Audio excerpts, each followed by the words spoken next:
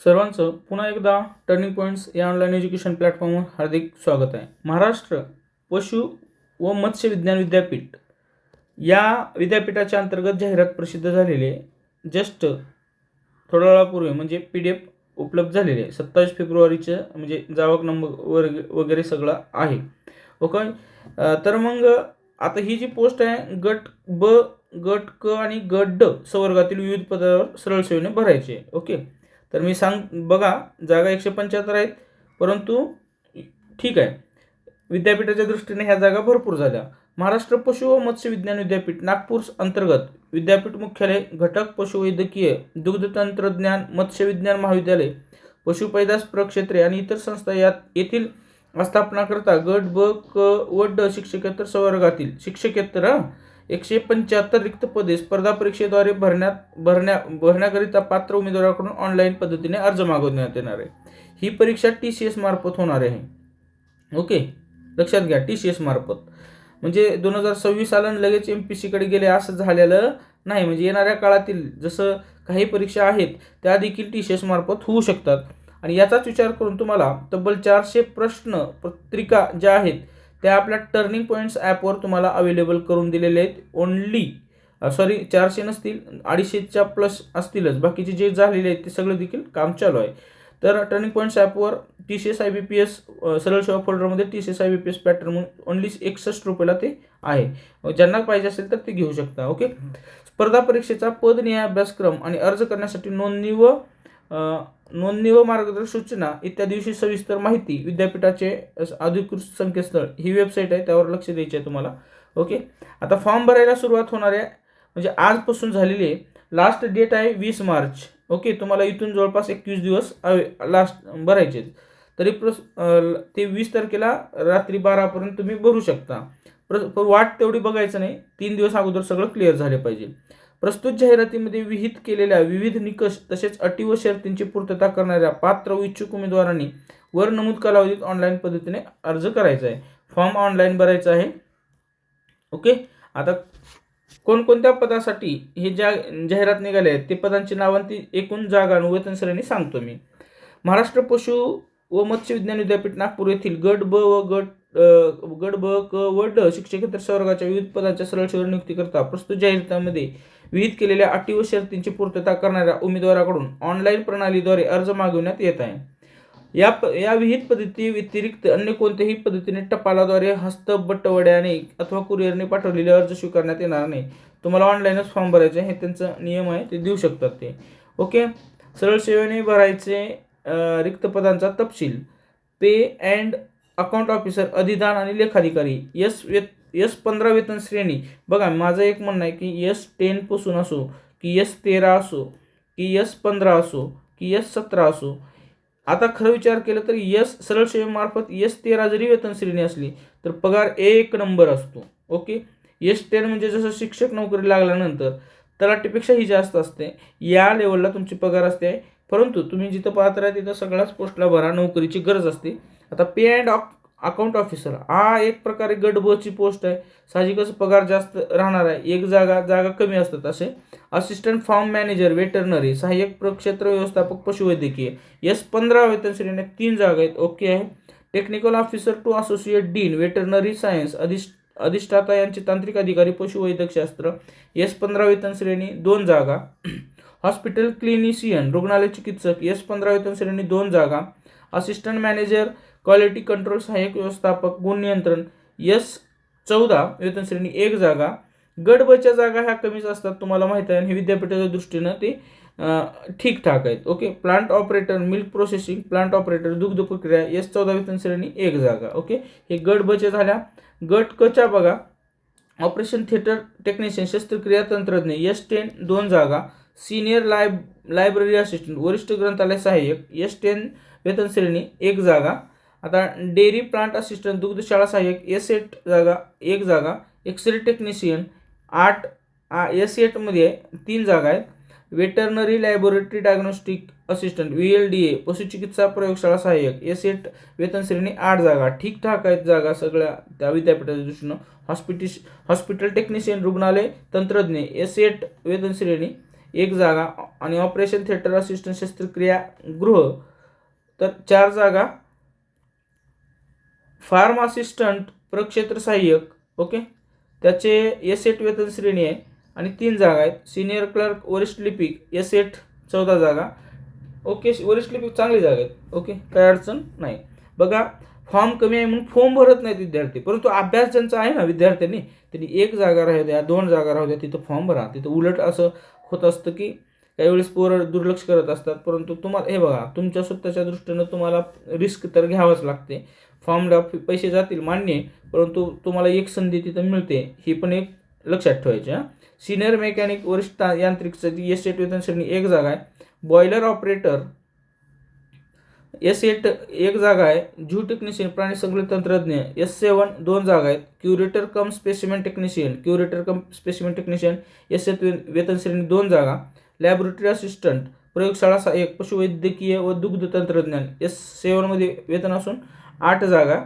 त्यानंतर आहे laboratory assistant fishery सायन्समध्ये ओके प्रयोगशाळा सहाय्यक मत्स्यविज्ञान S7 4 जागा. ज्युनियर लायब्ररी असिस्टंट कनिष्ठ ग्रंथालय ह्याच्या जागा ना कुठं पण निघत असतात, जिथं विद्यापीठ आहे, कॉलेज आहे, JMC मध्ये, त्यानंतर सार्वजनिक आरोग्यामध्ये आहेत, बऱ्याच ठिकाणी पाहिलेलं आहे मी, महानगरपालिकेमध्ये. ह्याचा आहे ना फॉर्म भरत नाहीत पोरं ओके. हे जे आणि ज्याचं झालं ना ते देखील लक्ष देत नाहीत, काय माहीत नाही, परंतु काही ठिकाणी तर S13 वेतन श्रेणी होती, कुठं मनपामध्ये निघाली होती ठीक आहे. S7 1 जागा. मेडिसिन स्टोअर किपर भांडारपाल औषध भांडारपाल S6 2 जागा. ड्रायव्हरच्या 7 जागा. ज्युनियर टेक्निशियन 1 जागा. लायब्ररी अटेंडंट म्हणजे ग्रंथालय परिचर 6 जागा. लॅबोरेटरी अटेंडंट प्रयोगशाळा परिचर 41 जागा. बापरे भरपूर आहे ती, भरपूर आहेत. लॅबोरेटरी अटेंडंटला ज्याने पात्र आहे त्याने भरा. ट्रॅक्टर ड्रायव्हर मशीन ऑपरेटर 3 जागा. व्रणोपचारक ड्रेसर 2 जागा. क्लर्क कम टायपिस्ट 37 जागा. बघा लिपिक टंकलेखक मी तुम्हाला एक नेहमी म्हणत असतो की आजच्या तारखेला ज्याच्याकडे टायपिंग सर्टिफिकेट आहेत मराठी मिनिमम 30 इंग्लिश 40 त्यांना खूप ठिकाणी संधी आहे फॉर्म भरायची प्रत्येक ठिकाणी. ज्युनियर स्टोअर किपर कनिष्ठ भांडारपाल 3 जागा. इलेक्ट्रिशियन 1 जागा. Extension training and exhibition assistant ही 2 जागा ओके. हे वेतन श्रेणी पाहिले. आता गट डच्या ज्या आहेत त्या जागा बघा. ज्युनियर टेक्निशियन कम वायरमन S3 वेतन श्रेणी कमी असते 2 जागा. लाईव्ह स्टॉक असेल पशुधन सहाय्यक 2 जागा. 100 असे एकूण 175 जागेसाठी ही जाहिरात आहे ओके. त्यानंतर काही पॉईंट्स जे आहेत ते आपण बघून घेऊ. अर्ज फॉर्म भरायचा आहे, सादर करण्याचा कालावधी तुम्हाला माहीत आहे उद्यापासून म्हणजे आजपासून ते 20 तारखेपर्यंत. पदसंख्या परिशिष्ट बी हेचं काही महत्त्वाचं नाही, मी तुम्हाला महत्त्वाचं असेल त्याच्या संदर्भात वेगळा व्हिडिओ बनवणार आहे. आता सध्या मोजक्या बाबीत तुम्हाला सांगून देणार आहे समजावून, कारण प्रत्येकाच्या दृष्टीनं हा व्हिडिओ उपयोगी पडेलच असं नाही. अनाथ आरक्षण हे ते ज्यांचं त्यांचं वेगवेगळंच मी करेल. प्रकल्पग्रस्त आरक्षण हे पॉईंट तुमच्याशी सर्वांना कॉमन नसेल. पदाच्या निवडीसाठी कार्यपद्धती, आवश्यक कागदपत्रे व इतर तसेच महत्त्वाच्या अटी. बघा प्रस्तुत जाहिरातीमधील कोणत्याही पदासाठी अर्ज करणारा उमेदवार हा महाराष्ट्र राज्याचा रहिवासी असावा. त्यांच्याकडे महाराष्ट्र राज्याचे अधिवास प्रमाणपत्र असणे आवश्यक आहे. आता डॉक्युमेंट्स जनरली लागणार आहेत ते सांगतोय. डोमेसाईल सर्टिफिकेट तुमच्याकडे असलं पाहिजे. आत्ता ज्यावेळेस तुम्ही हे काम करता काही वेळ लागत नाही तहसीलमधून काढायला. नसेल तर एकदा डोमेसाईल मिळालं की ते वारंवार म्हणजे बदलत नसते, त्यामुळे डोमेसाईल काढून ठेवायचं आहे. आता तर तुम्हाला जे लागणार आहे ते सांगतोय. एका कागदामुळे तुम्हाला बाद ठरवतात. आरक्षणविषयी कोणतेही लाभ जर घेणार असाल अनुज्ञेय ठरवण्यासाठी उमेदवार महाराष्ट्र राज्याचा सर्वसाधारण रहिवासी असणे आणि अर्जाद्वारे सुस्पष्ट दावा करणे अनिवार्य आहे.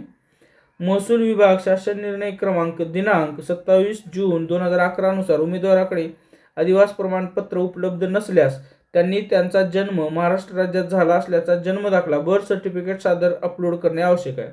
डोमेसाईल सर्टिफिकेट जर नसेल तर बर्थ सर्टिफिकेट तुमचं आवश्यक आहे. अशा प्रकरणात अधिवास प्रमाणपत्राची अट लागू होणार नाही. सदर उमेदवाराकडे अधिवास प्रमाणपत्र तसेच जन्मदाखला उपलब्ध नसल्यास परीक्षार्थीने आपला शाळा महाविद्यालय सोडल्याचा दाखला सादर अपलोड करणे आवश्यक आहे. तथापि सदर TC सदर शाळा महाविद्यालय सोडल्याच्या दाखल्यामध्ये त्या उमेदवाराचा जन्म महाराष्ट्र राज्यात झाला असल्याची नोंद असणे आवश्यक आहे. ठीक आहे बापरा, म्हणजे तिथं जन्मस्थळ असते ओके. अशा प्रकरणात देखील अधिवास प्रमाणपत्राची आवश्यकता असणार नाही. ज्या उमेदवाराचा जन्म महाराष्ट्रात झाला नसेल परंतु महाराष्ट्र राज्यातील रहिवास सलग 15 वर्षे व त्यापेक्षा अधिक कालावधीचा आहे अशा परीक्षार्थी उमेदवारासाठी अधिवास प्रमाणपत्र डोमिसाईल आवश्यक राहील. अशा प्रकारची प्रमाणपत्रे अर्ज सादर करतेवेळी अपलोड करणे आवश्यक. आता हे महाराष्ट्र कर्नाटक सीमा भागातील मराठी भाषिक उमेदवार केवळ अराखीव सर्वसाधारण पदावरील नेमणुकीसाठी पात्र असतील. ओके, त्यांच्यासाठी 865 गाव हे नेहमी ह्याच्यामध्ये असते. उमेदवारांनी ऑनलाईन पद्धतीने अर्ज करताना प्रोफाईलमध्ये नमूद संपूर्ण नाव भरती प्रक्रियेच्या सर्व टप्प्यावर म्हणजेच अर्ज, प्रवेश प्रमाणपत्र, निकाल प्रक्रिया, निवड तसेच नमूद नेमणूक इत्यादी ठिकाणी वापरले जात असल्यामुळे सदर रकाना भरताना अत्यंत काळजी घेण्यात यावी. खरंच ते प्रत्येक वेळेस महत्त्वाचंच आहे. प्रोफाईलमध्ये व पर्यायाने भरती प्रक्रियेकरता विचारात घेण्यात आलेला सदर तपशील नंतर बदलण्याची विनंती कोणत्याही परिस्थितीत विचारात घेतली जाणार नाही. फॉर्म भरल्यानंतर तुमचं काही ऐकून घेतलं जाणार नाही, नावात बदल आणि हे ते सगळ्या गोष्टी क्लिअर झाल्या. ऑनलाईन अर्ज भरण्याची प्रक्रिया संपुष्टात आल्यानंतर सदर अर्जाची प्रत डाउनलोड करण्याची सुविधा उपलब्ध राहणार नाही याची उमेदवारांनी नोंद घ्यावी. तुम्ही फॉर्म भरल्यानंतर तुम्हाला एक फॉर्म किंवा 2 प्रिंट काढून ठेवा बरं का. एक मोबाईलमध्ये देखील ठेवा आणि घरी देखील ठेवायचं आहे. एक फाईल बनवायची आहे तुम्हाला कायमस्वरूपी नोकरी लागेपर्यंत. प्रत्येक फॉर्म भरल्याची प्रिंट तुम्हाला तिथे ठेवायची, एक नाही तर 2 प्रत काढून ठेवायची. त्याकरिता उमेदवाराने ऑनलाईन अर्ज भरलेल्या माहितीची PDF फाईल डाउनलोड करून ठेवावी. सदर अर्जाची प्रत भरती प्रक्रिया पूर्ण होईपर्यंत जतन करून ठेवावी. सदर माहितीची प्रत डाउनलोड न केल्यास, हरवल्यास, गहाळ झाल्यास विद्यापीठ त्यास जबाबदार राहणार नाही. उमेदवारांनी भरलेल्या माहितीच्या आधारे त्यास ऑनलाईन परीक्षेकरता बसण्यास परवानगी देण्यात येईल. त्यामुळे उमेदवार परीक्षा उत्तीर्ण झाला तरी आवश्यक शैक्षणिक व अर्हता असल्याशिवाय व आवश्यक कागदपत्रांची पूर्तता केल्याशिवाय उमेदवार निवडीस पात्र होणार नाही. आता असं का म्हणले माहिती का, ज्यावेळेस झेडपीची जागा निघाली होती त्या जागा होत्या, सांगतो तुम्हाला मी कसं यांचं ह्या वाक्याचा अर्थ आहे. झेडपीच्या जागा निघाल्या होत्या 2023ला. त्यामध्ये ANM जागा होत्या आणि बऱ्याच वेळेस BSc नर्सिंगवाले आणि GNM वाल्यांनी भरले. तिथं त्यांना उभा देखील केलं नाही आणि किती बी आंदोलन केलं तरी त्यांना घेतलं नाही. कारण ह्या जागा जर ANMच्याच आहेत.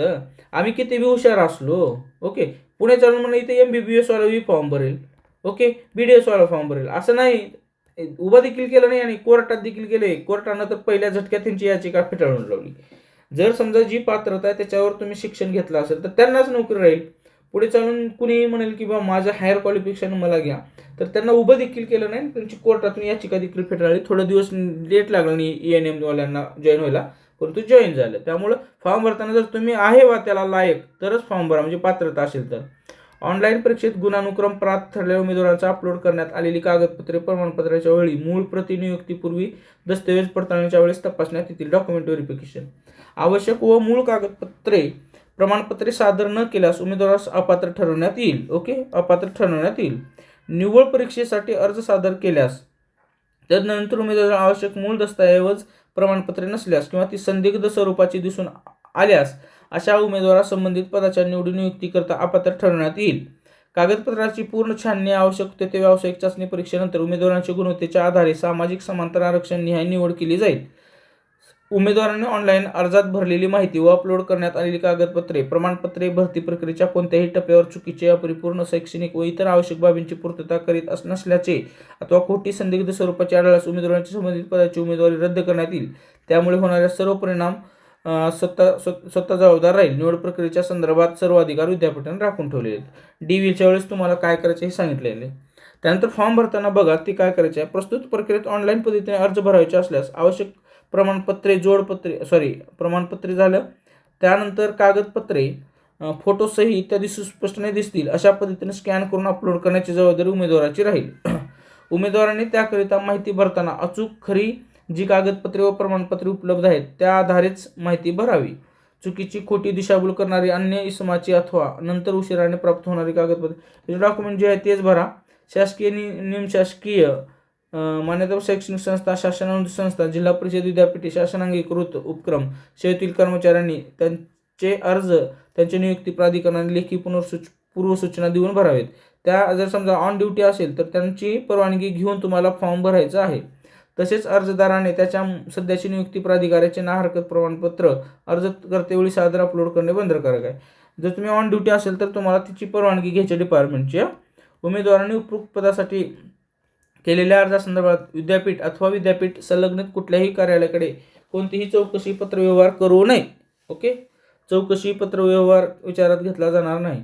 निवड प्रक्रियेच्या कुठल्याही टप्प्यावर अयशस्वी ठरलेल्या उमेदवाराच्या बाबतीत कोणताही पत्रव्यवहार विद्यापीठामार्फत केला जाणार नाही. ठीक आहे, हे काही महत्त्वाचं नाही, वाचले मी. प्रवेशपत्र हे उमेदवारी अर्ज केला अथवा विहित अर्ज साधारण केला म्हणजे ऑनलाईन परीक्षेस बोलावण्याचा अथवा नियुक्तीचा हक्क प्राप्त झाला असा उमेदवारास करता येणार नाही. महत्त्वाचे पॉईंट्स तुम्हाला सांगतो. आरक्षित मागास प्रवर्गाचा दावा करणाऱ्या उमेदवारांना संबंधित प्रवर्गाचे सक्षम प्राधिकरणाने निर्मित केलेले जात प्रमाणपत्र, कास्ट सर्टिफिकेट व उपलब्ध असल्यास जात वैधता प्रमाणपत्र, व्हॅलिड सर्टिफिकेट ऑनलाईन अर्ज सादर करताना अपलोड करणे आवश्यक आहे. आता जर समजा कास्ट सर्टिफिकेट तुमच्याकडे नसेल, निवडीस पात्र ठरणाऱ्या उमेदवारांनी जात वैधता प्रमाणपत्र उपलब्ध नसल्यास सामान्य प्रशासन विभागाचे काय म्हणले, रोजी दिलेल्या आदेशाच्या सर्वोच्च न्यायालयाच्या नवी दिल्ली ASP 6 दिनांकापासून 6 महिन्याच्या आत जात वैधता प्रमाणपत्र सादर करणे अनिवार्य आहे. ओके, पुढे आहे महाराष्ट्र नागरी सेवा संगणक हाताळणी वापराबाबतचे ज्ञान आवश्यक ठरण्याबाबत नियम 1999 मधील तरतुदीनुसार संगणक अर्हता धारण करणे, संगणक हाताळणी प्रमाणपत्र अनिवार्य राहील. MSCIT सर्टिफिकेट अनिवार्य राहील. ओके, थोडक्यात मी सांगतो. हे डॉक्युमेंट भरताना अडचणी येतात म्हणून शेवटी नाईलाजाने ते भरावं लागते, सांगावं लागते. त्यानंतर एका उमेदवारास एका पदासाठी एकच अर्ज करता येईल. ओके, तुम्ही जर समजा चुकून फॉर्म भरला तर ह्याच्यात काय सांगायचं काय, एक वेळेस काय होते, चूक जर झाली ओके नावात वगैरे, तर तुम्ही काय डबल फॉर्म भरता, तर त्यावेळेस ठीक वाटतं, तर त्यावेळेस काय करणार आहेत त्याने, फक्त शेवटची नोंदणी ग्राह्य धरण्यात येईल व इतर नोंदण्या झालेल्या अर्जाचा शुल्क जप्त करण्यात फक्त तुमचे पैसे जातील. ओके, अशा गोष्टी आहेत. आणि ही वेबसाईट आहे या ठिकाणी. Okay, www.mafsu.ac.in. जर तुमची निवड झाली तर कुठे निवड होणार, निवड झालेल्या उमेदवाराची महाराष्ट्र पशु व मत्स्य विज्ञान विद्यापीठ नागपूर अंतर्गत विद्यापीठ मुख्यालय, घटक पशुवैद्यकीय दुग्ध तंत्रज्ञान मत्स्य विज्ञान महाविद्यालय, पशुपैदास प्रयोगक्षेत्रे, वन्यजीव संशोधन व प्रशिक्षण केंद्र गोरेवाडा यापैकी कुठल्याही स्थापनेवर नियुक्ती करण्यात येईल. पात्रता बघा, पात्रता देखील महत्त्वाची आहे. ओपनसाठी किमान 38 वर्ष, OBC किंवा इतर जे आरक्षित आहेत 43, दिव्यांगला मॅक्झिमम वय कमाल वयोमर्यादा 45, माजी सैनिकला ते शिथिल वगैरे आहे जे त्या पद्धतीनं. बाकी माजी सैनिक, दिव्यांग, प्रावीण्यप्राप्त खेळाडू, प्रकल्पग्रस्त, भूकंपग्रस्त, अंशकालीन पदवीधर, स्वातंत्र्य सैनिकाचे नाम निर्देशित पाल्य. ओके, अंशकालीन पदवीधरला 55 वर्षापर्यंत आहे. स्वातंत्र्य सैनिकाचे नाम निर्देशित पाल्य 45 वर्ष. ओके,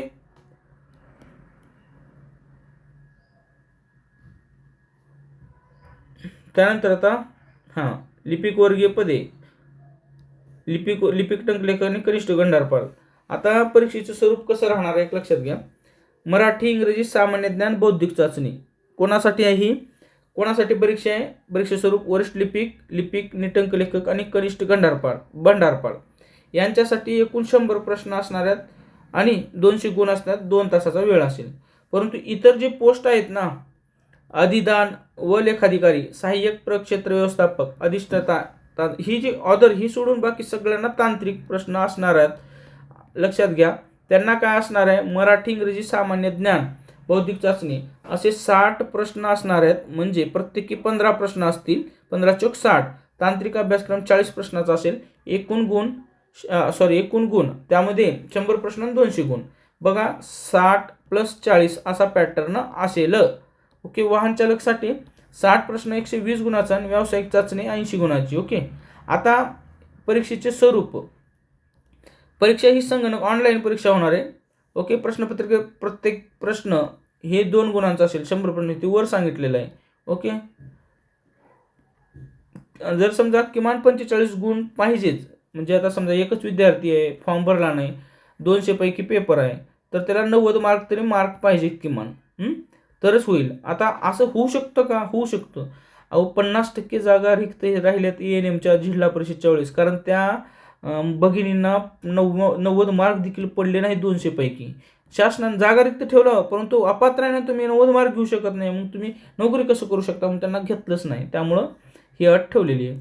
बाकी कौशल्याधारित परीक्षा ऑफलाईन ऑनलाईन पद्धतीने घेण्यात येणार असल्याने प्रत्येक सत्राच्या प्रश्नपत्रिका स्वतंत्रपणे उपलब्ध केल्या जाणार असून आवश्यकतेनुसार एकाच दिवशी एकापेक्षा जास्त हे शिफ्ट वाईज वगैरे होईल असं त्यांनी म्हणलेलं आहे. हे तुम्हाला काही गरज नाही, ते समजूनच येईल.